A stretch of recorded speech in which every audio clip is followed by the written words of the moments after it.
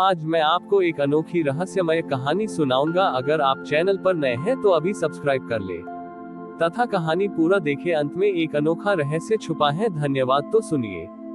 एक बार एक सुंदर और शांतिपूर्ण राज्य था जिसका नाम था धर्मक्षेत्र। यहाँ के राजा थे शौर्यपाल, जो अपनी निष्पक्षता के लिए जाने जाते थे। लेकिन एक बार राजा से एक भयानक अन्याय हो गया। राजा के राज्य में पुष्कर नाम का एक निर्धन मछुआरा रहता था।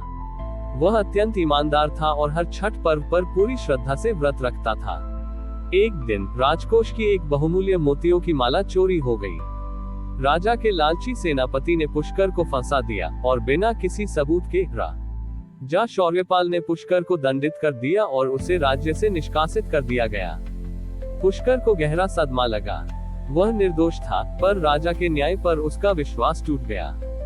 उसकी पत्नी उर्मिला, जो छठ की परम भक्त थी, ने अपने पति पर हुए इस अन्याय से दुखी होकर अपनी आस्था पर भी संदेह करना शुरू कर दिया। पुष्कर और उर्मिला एक दूर वीरान जंगल में रहने लगे। अगले वर्ष छठ का समय आया। उर्मिला ने कहा, अब मैं छठ का व्रत नहीं रखूंगी। जब हमारी भक्ति और ईमानदारी के बावजूद हमें न्याय नहीं मिला, तो मैं उस सूर्य देव की पूजा क्यों करूं जो सब कुछ देखते हैं। उद्धरण चिन्ह। पुष्कर ने उर्मिला को समझाया, देवी, सूर्य और छठी मैया हमेशा सत्य के साथ होते हैं। राजा का न्याय भले ही अंधा हो, पर उनका न्याय नहीं। शायद हमारा कष्ट किसी बड़े सत्य को सामने लाने के लिए है। उर्मिला का मन नहीं माना, पर पति के अटूट विश्वास को देखकर उसने अनिच्छा से व्रत रखा। उसने संकल्प लिया कि वह इस छठ पर्व पर न्याय की अग्नि परीक्षा मांगेगी। उधर धर्मक्षेत्र में राजा शौर्यपाल को अपनी गलती का आभास होने लगा था।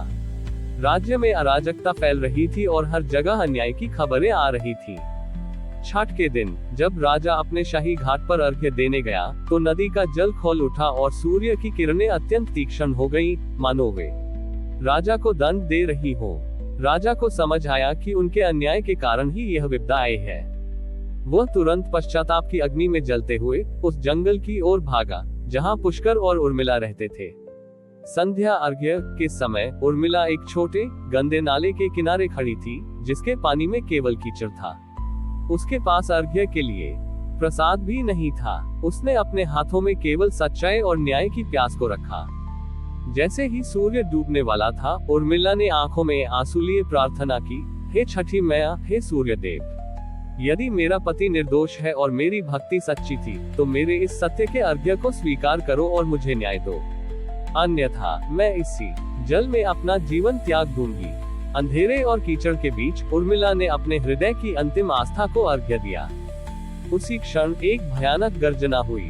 राजा शौर्यपाल उस नाले के किनारे पहुंचा और उसने देखा कि नाले के कीचड़ से एक तेज रोशनी निकली, जिसने उर्मिला के चारों ओर एक पवित्र घेरा बना दिया। उस रोशनी के बीच छठी मैया प्रकट हुई। छठी मैया ने राजा शौर्यपाल से कहा, राजा, तुमने न्याय की शक्ति का दुरुपयोग किया। मेरा आशीर्वाद उसे मिलता है जो सच्चाई और आत्मा बलिदान के मार्ग पर चलता है। उर्मिला का ये सत्य का अर्घ्य तुम्हारे सारे राजकीय वैभव से अधिक शुद्ध है। उद्धरण चिन्ह। इसके बाद छठी मैया ने राजा शौर्यपाल को एक विकल्प दिया। उन्होंने कहा, तुम्हारे अन्याय के कारण तुम्हारा राजपाट संकट में है। यदि तुम उर्मिला को न्याय देना चाहते हो, तो तुम्हें अपनी सबसे प्रिय वस्तु का त्याग करना होगा। राजा शौर्यपाल ने बिना किसी हिचकिचाहट के अपनी शाही मुकुट को उतार दिया, उसे कीचड़ भरे नाले में फेंक दिया और घोषणा की, मेरा राजपाट मेरा सबसे प्रिय है और मैं अपने सिंहासन का त्याग करता हूँ। अब से मैं पुष्कर और उर्मिला के न्याय के लिए जीवन समर्पित करूंगा। राजा के इस आत्मा बलिदान ने चमत्कार कर दिया। नाले का कीचड़ तुरंत शुद्ध जल में बदल गया और छठ पर्व के प्रसाद की सुगंध पूरे वातावरण में फैल गई। छठी मैया ने मुस्कुराते हुए राजा का मुकुट वापस लौटाया और कहा, राजा, तुमने सच्चे न्याय की कीमत चुकाई है। न्याय का पथ त्याग और बलिदान से ही शुद्ध होता है। अब तुम सच्चे राजा हो। राजा शौर्यपाल ने पुष्कर को अपना प्रधान सलाहकार नियुक्त किया और न्याय की व्यवस्था को फिर से स्थापित किया। उर्मिला ने अपनी अटूट आस्था के बल पर अपने पति को न्याय दिलाया और धर्मक्षेत्र की रानी के रूप में न्याय और आत्मा बलिदान की प्रतीक बन गई। छठ पर्व हमें सिखाता है कि अटूट आस्था तब भी जब सब कुछ गलत हो रहा हो, अंततः न्याय और सत्य की विजय कराती है। और सच्चा राजा या शासक वही है जो अपने सिंहासन से अधिक न्याय और सत्य के लिए बलिदान देने को तैयार रहता है। राजा शौर्यपाल के आत्म बलिदान और उर्मिला के सत्य के अर्घ्य ने धर्मक्षेत्र को एक नया नाम और एक नई नींव दी। राजा ने अपना सिंहासन तो नहीं छोड़ा, पर उन्होंने उसे न्याय का आसन घोषित किया, जहां बैठने से पहले हर शासक को आत्मशुद्धि का व्रत लेना अनिवार्य हो गया। पुष्कर अब राजा के प्रधान सलाहकार थे और उर्मिला न्याय देवी के रूप में पूजी जाने लगी। उनके सम्मान में उसी नाले को, जहां चमत्कार हुआ था, साफ करके एक भव्य सत्य कुंड बनाया गया। अगले वर्ष की छठ आने तक धर्म क्षेत्र में एक अभूतपूर्व परिवर्तन आया। न्याय व्यवस्था इतनी पारदर्शी हो गई कि किसी भी अपराधी को दंड देने से पहले राजा स्वयं उस सत्य कुंड में खड़े होकर अपनी निष्पक्षता का संकल्प लेते थे।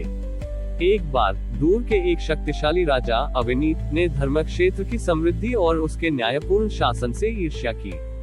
अविनीत क्रूर और कपटी था। उसने धर्मक्षेत्र के व्यापारियों को धमकी दी और राजा शौर्यपाल के विरुद्ध विद्रोह करने के लिए उन्हें उकसाया। राजा शौर्यपाल ने युद्ध की तैयारी करने के बजाय अटला, पुरानी कहानी की पात्र जो अब पूरे राष्ट्र की प्रेरणा थी, और पुष्कर से सलाह ली। अटला ने कहा, महाराज, हमारे पास युद्ध की शक्ति नहीं है। हमारी शक्ति सत्य और आस्था है। हमें छठ पर्व का उपयोग अन्याय के भय पर विजय पाने के लिए करना होगा। अविनीत अपनी विशाल सेना के साथ छठ के संध्या अर्घ्य से ठीक पहले धर्मक्षेत्र की सीमा पर आ पहुंचा। उसने सोचा कि राजा शौर्यपाल डरकर आत्मसमर्पण कर देंगे, क्योंकि वे बिना युद्ध किए समर्पण करने के लिए जाने जाते थे।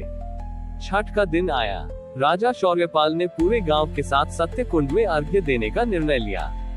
उन्होंने घोषणा की कि वे अविनीत की सेना के सामने आत्मसमर्पण नहीं करेंगे, बल्कि न्याय और सत्य की अग्नि परीक्षा देंगे। संध्या अर्घ्य के समय अविनीत अपनी सेना के साथ सत्य कुंड के किनारे खड़ा था।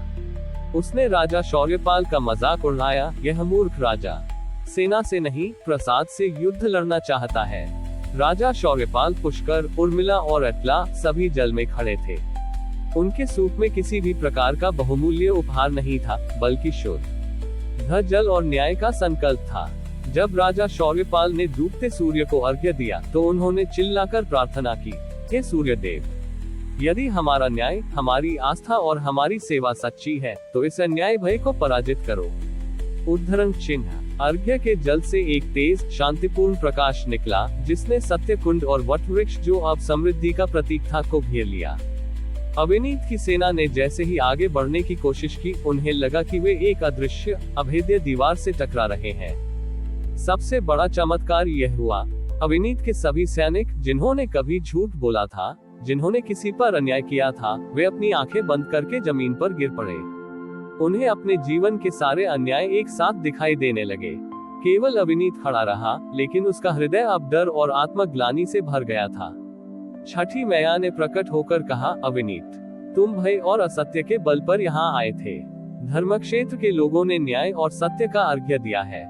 मेरे प्रकाश में असत्य कभी खड़ा नहीं हो सकता। अविनीत ने तुरंत अपने घुटनों पर गिरकर क्षमा मांगी। उसने कहा, महाराज, मैंने यहाँ युद्ध करने के लिए नहीं, बल्कि न्याय की शिक्षा लेने के लिए आया हूँ। राजा शौर्यपाल ने अविनीत को क्षमा किया और कहा, युद्ध समाप्त हुआ। अब से आप भी हर छठ पर हमारे साथ न्याय और सत्य का अर्घ्य देंगे। महाघोषणा।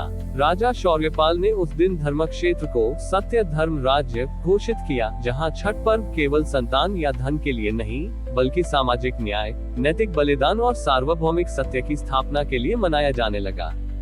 ये कथा सिखाती है कि सच्ची धार्मिक शक्ति वह नहीं जो चमत्कार दिखाए, बल्कि वह है जो भय पर विश्वास की, असत्य पर सत्य की और युद्ध पर न्याय की विजय सुनिश्चित करे। छठ महापर्व इसीलिए आत्मशुद्धि और सामाजिक न्याय का परम प्रतीक है। हमारी और भी आध्यात्मिक एवं अनोखी कहानियां देखने के लिए हमारे चैनल पर जाएं तथा धार्मिक एवं पौराणिक अनोखी कहानियां हमारे चैनल पर है। कृपया जाके देखें तथा हमारे चैनल को सब्सक्राइब करके रखें और वीडियो लाइक जरूर करें। धन्यवाद।